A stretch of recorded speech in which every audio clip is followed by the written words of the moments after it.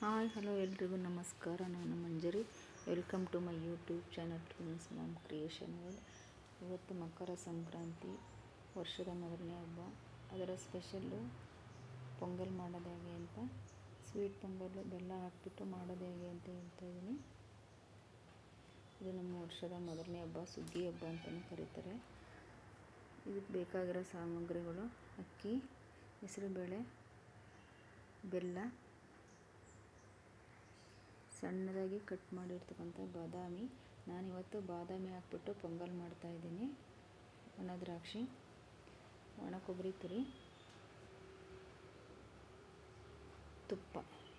ಇಷ್ಟೇ ಇದಕ್ಕೆ ಬೇಕಾಗಿರೋ ಸಾಮಗ್ರಿಗಳು. ಮೊದಲು ಸ್ಟವ್ ಮೇಲೆ ಒಂದು ಕುಕ್ಕರ್ ಇಟ್ಕೊಳ್ಳೋಣ. ಕುಕ್ಕರ್ ಇಟ್ಕೊಂಡು ಅದಕ್ಕೆ ತುಪ್ಪ ಹಾಕೋಣ.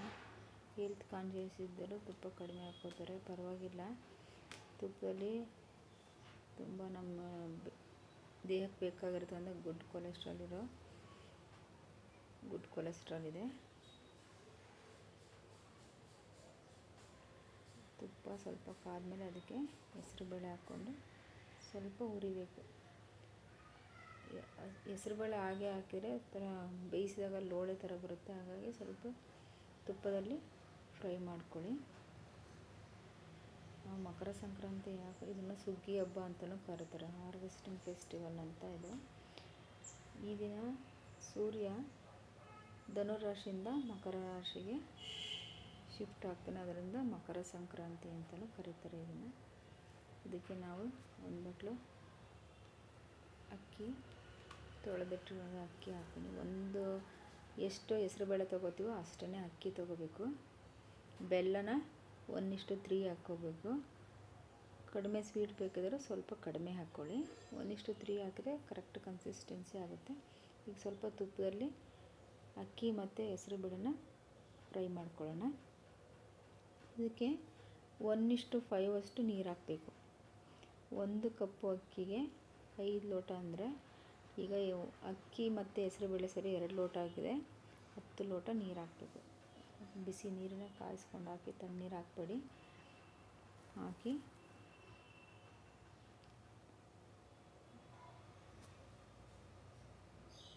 ಸ್ವಲ್ಪ ಅದು ಕುದಿ ಬರಬೇಕು. ಕುದಿ ಬಂದಾಗ ಕುಕ್ಕರ್ ಲಿಡ್ ಹಾಕಿ 1-2 ವಿಷಲ್ ಹಾಕಿಸಿ ಸಾಕು. 1-2 ವಿಷಲ್ ಹಾಕಿಸಿದ್ರೆ ಚೆನ್ನಾಗಿ ಬೆಂದ್ಕೊಳ್ಳುತ್ತೆ ಅದು. ಈ ಕಡೆ ನಾವು ಬೆಲ್ಲ ಕರಗಿಸೋಕೆ ಇಟ್ಕೊಳ್ಳೋಣ. ಒಂದು ಕಡಾಯಿ ತಗೊಂಡು ಅದಕ್ಕೆ ಎಷ್ಟು ಬೇಕೋ ಅಷ್ಟು ಬೆಲ್ಲ ಹಾಕ್ಕೊಂಡು ಸ್ವಲ್ಪ ನೀರು ಹಾಕ್ಬಿಟ್ಟು ಕರಗಿಸೋಣ. ಬೆಲ್ಲ ಯಾಕೆ ಕರಗಿಸೋದು ಅಂದರೆ, ಹಾಗೆಯೇ ಹಾಕ್ಬೋದು, ಬೆಲ್ಲದಲ್ಲಿ ಕಸ ಎಲ್ಲ ಇರುತ್ತೆ, ಕೆಲವು ಸಂದರ್ಭ ಕಲ್ಲುಗಳು ಇರೋ ಸಾಧ್ಯತೆಯೂ ಇರುತ್ತೆ.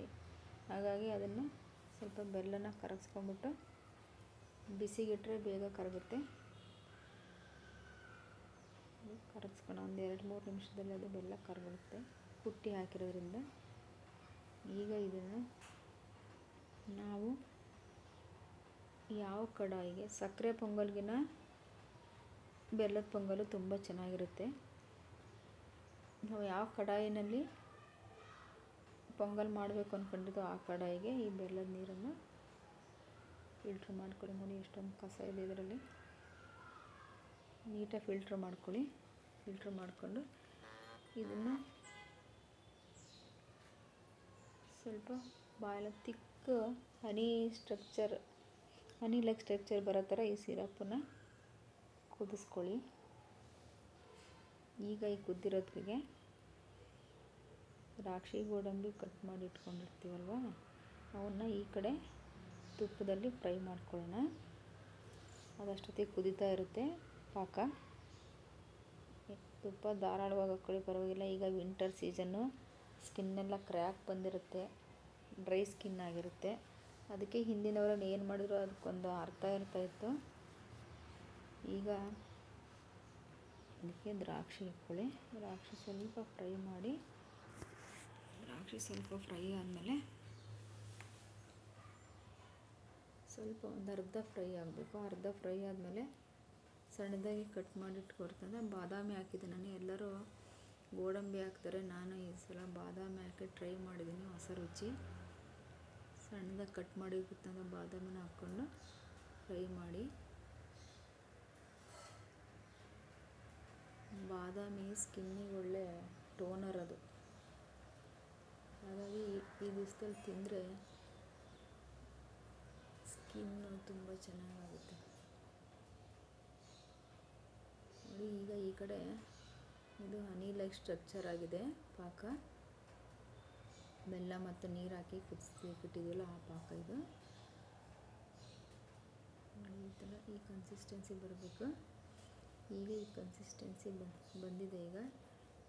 ಈಗ ಕುಕ್ಕರ್ ತೆಗೆಯೋಣ. ಕುಕ್ಕರ್ ನೋಡಿ, ಕುಕ್ಕರಲ್ಲಿ ಬೇಳೆ ಬೇಯಿಸೋಕೆ ಇಟ್ಟಿದ್ದೀವಲ್ಲ, ಅದು ಬೇಳೆ ಬೆಂದಿದೆ. 2ರಿಂದ 3 ವಿಷಲ್ ಹಾಕ್ಸಿರೋದೇನು ಅಷ್ಟೇ. ಬೇಳೆ ಮತ್ತು ಅಕ್ಕಿ ಬೇಯಿಸಿರೋದು ಇದು.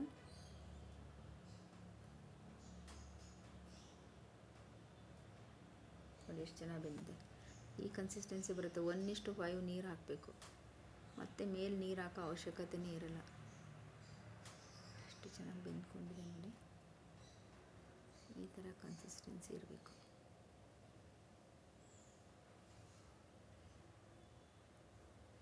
ಈಗ ಬಾದಾಮಿ ಮತ್ತು ದ್ರಾಕ್ಷಿನ ತುಪ್ಪದಲ್ಲಿ ಫ್ರೈ ಮಾಡ್ಕೊಂಡಿದ್ವಲ್ಲ, ಅದನ್ನು ಈ ಪಾಕಕ್ಕೆ ಹಾಕಬೇಕು ನೋಡಿ. ಈ ಕಡೆ ಬೇಯಿಸಿದ ಬೇಳೆ ಇದೆ, ಪಾಕಕ್ಕೆ ಸಾಕು ಅನಿಸುತ್ತೆ ಇಷ್ಟು ಕನ್ಸಿಸ್ಟೆನ್ಸಿ. ಈಗ ಇದಕ್ಕೆ ತುಪ್ಪದಲ್ಲಿ ಹುರಿದಿಟ್ಟಿರುವಂಥ ಬಾದಾಮಿ ಮತ್ತು ದ್ರಾಕ್ಷಿನ ಹಾಕಿ ಒಂದು ಕುದಿ ಕುದಿಸೋಣ. ಇದು ಅಥೆಂಟಿಕ್ ವೇ, ಸಾಂಪ್ರದಾಯಿಕ ಶೈಲಿಲಿ ಇದೇ ಥರನೇ ಮಾಡಬೇಕು.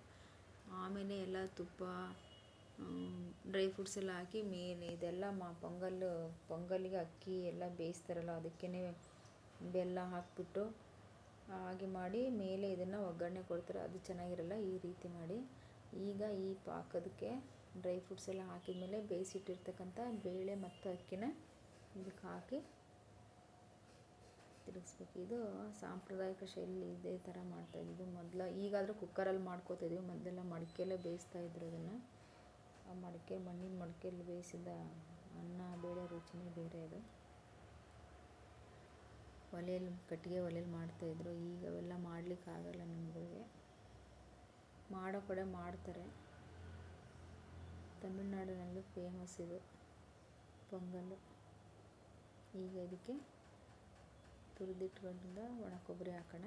ಒಣ ಕೊಬ್ಬರಿ ಹಾಕಿ ನೀರು ಹಾಕಿಲ್ಲ. ಮತ್ತೆ ಮೇಲೆ ನಾವು ಬೇಳೆ ಬೇಯಿಸ್ಬೇಕಾದ್ರೆ 1:5 ವಾಟರ್ ಹಾಕ್ಬಿಟ್ರೆ ಈ ಥರ ಕನ್ಸಿಸ್ಟೆನ್ಸಿ ಬರುತ್ತೆ. ಮತ್ತು ಮೇಲೆ ನೀರು ಹಾಕು, ಆ ಕನ್ಸಿಸ್ಟೆನ್ಸಿ ಅಡ್ಜಸ್ಟ್ ಮಾಡ್ಕೊಳ್ಳೋ ಅವಶ್ಯಕತೆಯೇ ಇರಲ್ಲ. ಎಷ್ಟು ಚೆನ್ನಾಗಿದೆ ಅಂತ.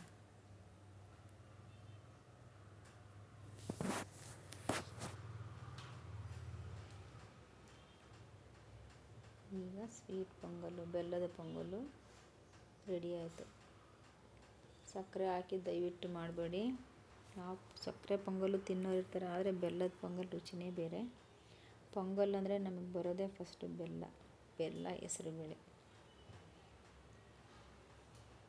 ತೆಂಗಿನಕಾಯಿ ತುರಿ ಯಾಕೆ ಹಾಕ್ತಾರೆ ಅಂದರೆ, ಇವಾಗೆಲ್ಲ ಡ್ರೈ ಆಗಿರುತ್ತಲ್ವ ಸ್ಕಿನ್, ವಿಂಟರ್ ಸೀಸನಲ್ಲಿ ಕೊಬ್ಬರಿ ಎಣ್ಣೆ ತುಂಬ ಒಳ್ಳೆಯದು ಸ್ಕಿನ್ನಿಗೆ. ಅದಕ್ಕೆ ಅದನ್ನು ಊಟದಲ್ಲೂ ತಿನ್ನಿ ಅಂತ ಹಿಂದಿನ ಕಾಲದವರೆಲ್ಲ ಮಾಡಿದ್ದಾರೆ.